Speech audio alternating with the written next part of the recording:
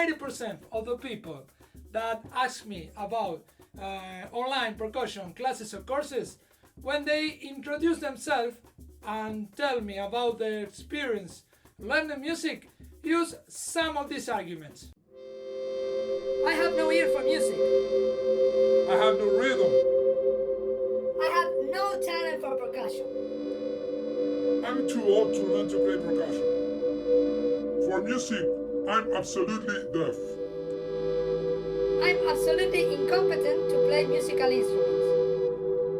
I don't have time to learn to play percussion. To be honest, I'm really surprised that people had that negative ideas and image of themselves. But this situation also made me think where this idea came from and how they convince themselves that they are true.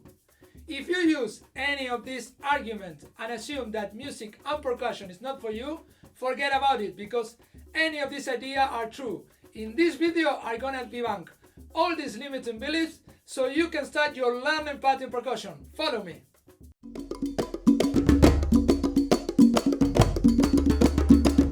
The belief that music is just for musicians is a common idea between people who want to start to play percussion, but they doubt whether or not are gonna be able to fulfill that wish. It is more than proven that we all have the potential to express musically. It's an innate skill that develops while we put it into practice. I verify that myself in different activities and projects I develop, in which I talk to play percussion to people of different age, from little kids to seniors.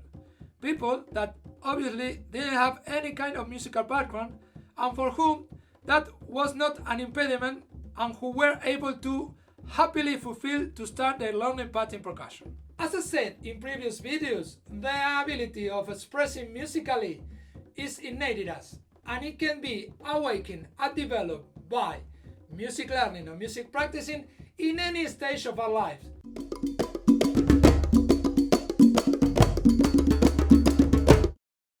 I don't have a musical ear is one of those limiting beliefs that strongly resonates in people who want to start learning and making music. And in most cases, this idea make them give up on that wish, are not even trying, or even quit when they are making their first step in the learning path of percussion. To make it clear, having a musical ear is not an innate ability. On the contrary, it's an ability that each of us acquire and develop along different musical experience.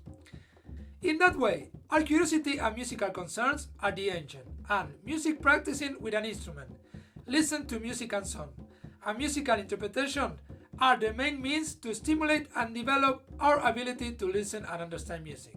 Let's think about this for a moment.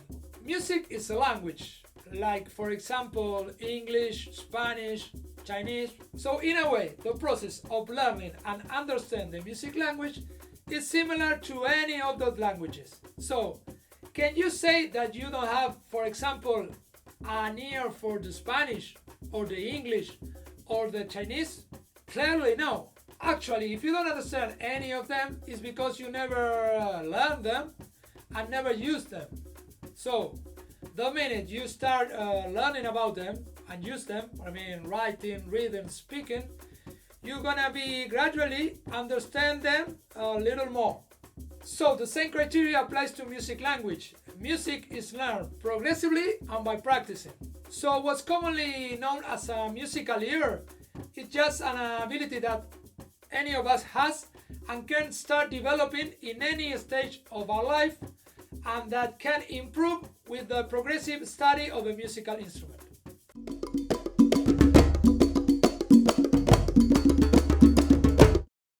I was born with no talent for music. That is a really dark and negative idea, and also a really hurtful thought. In general, this kind of idea arises when we see somebody doing something that we wish to do, but at the same time we think that maybe it's too difficult to us. In this situation, what we do is we assume that that person has a special talent, and in contrast we also assume that we have none. About this, it's important to say that the affirmation that we lack for the talent to do that is based in two false premises. The first is that we assume that that person always had that talent.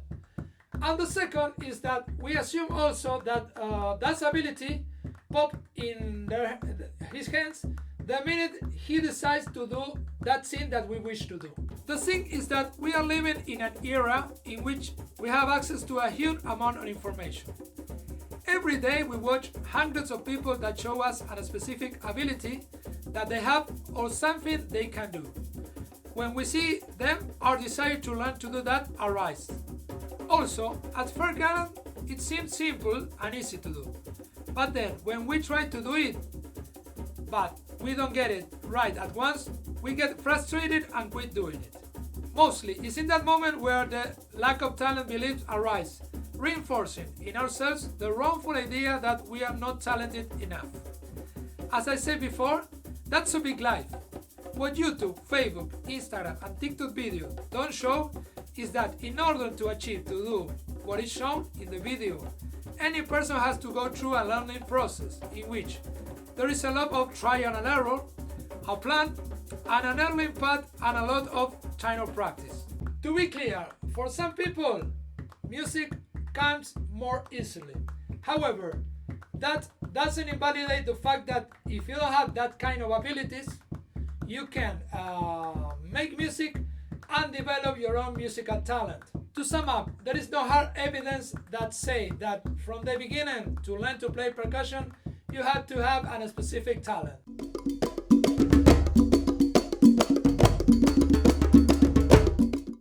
Again, another great limiting belief. I say it loud and clear.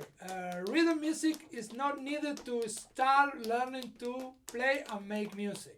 If you search online, you're going to find a long list of famous musicians who started to play music without rhythm or writing music, and that didn't prevent them from learning to play an instrument or even go on stage to express themselves musically. Again, music is a language, a means that we use to communicate ideas and feeling. Therefore, music language is capable of being learned in the same way as any other language, yes? By listening, reading it, writing it, exploring, practicing, yes, like the case of the Spanish, the English, and the Chinese we talked about before.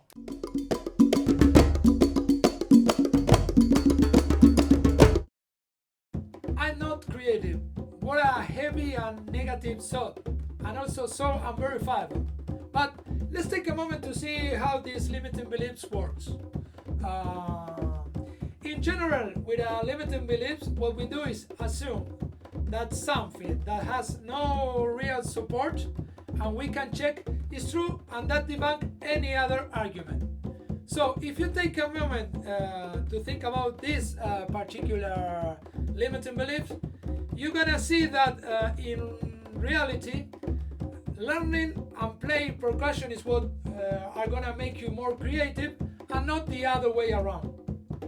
To make it clear, in general, when we begin a learning process, we arrive at it without any specific knowledge, practice, or skills. And it's true that learning path and step by step that we acquire new abilities and knowledge related to the subject or activity we want to learn. Therefore, to begin to learn percussion, there is no requirement that you have to be creative, but be sure that you're gonna be more creative once that you go through that learning path.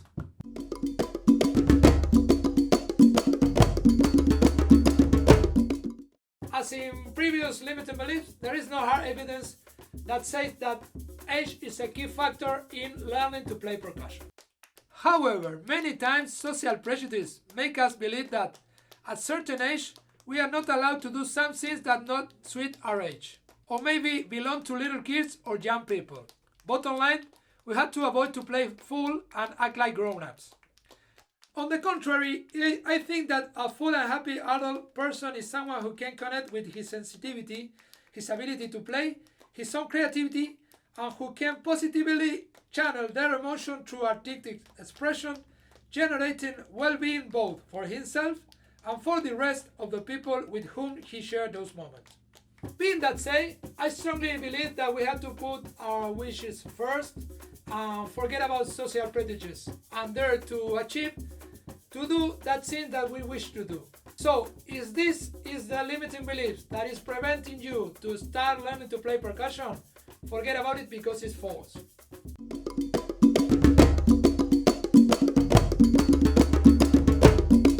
There is a maxim that says that time is relative and it can be applied to the process of learning to play percussion. I have a suggestion for you. First, quit thinking about how much time it's gonna take you to learn to play percussion. Instead of that, take a moment and think about the goals that you propose to yourself with this new activity. What I mean is, what are the goals you're seeking for by learning to play percussion? I don't know, maybe have fun, play the songs that you like, learn to do something new, release stress, join and make music with friends, develop your own creativity, maybe become a professional percussionist, any goal that you're seeking for. Okay, once that you have that clear, it's gonna be the right moment for you to start thinking about how much time it's gonna take you to learn to play percussion. Following this logic, the time that you have to dedicate to percussion learning is going to be defined from the goals you set for yourself and not based on an objective measure that isn't related to your times and needs. To make it clear, the key factors are your goals, your learning path, and the time you can dedicate to practice. So it is important that you understand from the beginning that each learning process is unique and individual. Also, it's important that while you learn to play percussion, you enjoy the journey along your learning path. Yes, I know we live in an era that makes us live constantly in rush and looking for instant gratification. However, it's important that you understand that you don't run a race against anyone. Besides, in the process of learning to play percussion or any other musical instrument, rush leads nowhere. Therefore, any learning process needs time so things can happen positively. So, following what we talked before, the time that you're gonna need to learn to play percussion is gonna be defined by your goals, by the time that you have to practice, and by your needs.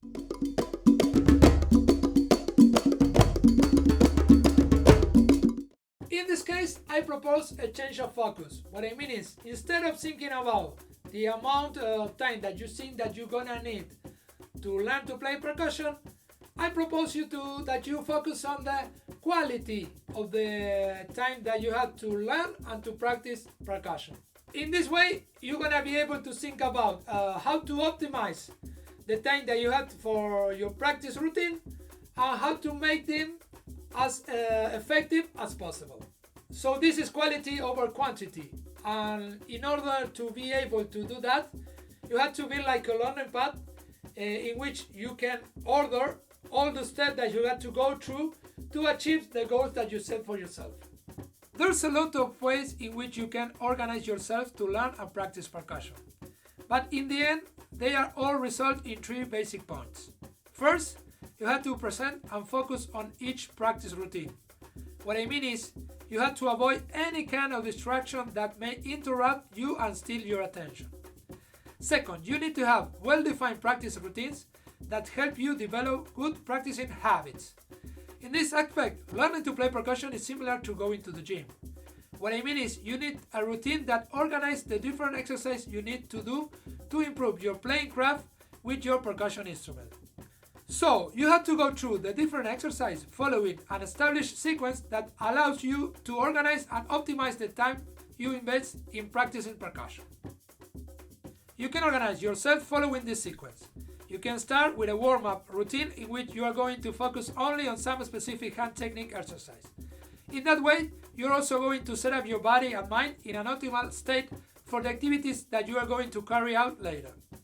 After that, you move on into other routine exercise related with rhythm training and rhythm learning to continue developing your playing skills.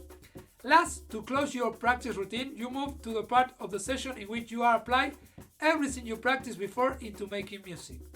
What I mean is, you play over some songs or music in which you put into practice the material that you learned and practiced in the 2 previous stages. For this organization to be effective, You must keep the same routine for a specific period of time, maybe weeks or months, and follow and evaluate your progress. In that way, with the repeated practice of different exercises, you are going to achieve to gradually improve your playing skills, both the technical, the rhythmic, and the musical ones.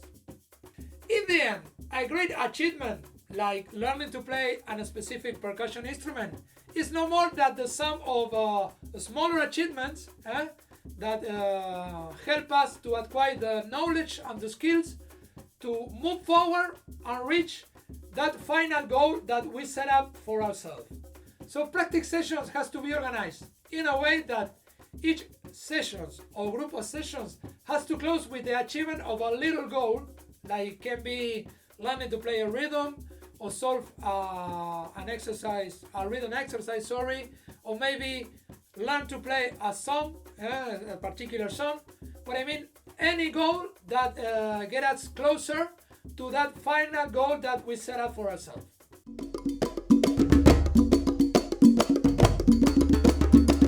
So this is the end of the video.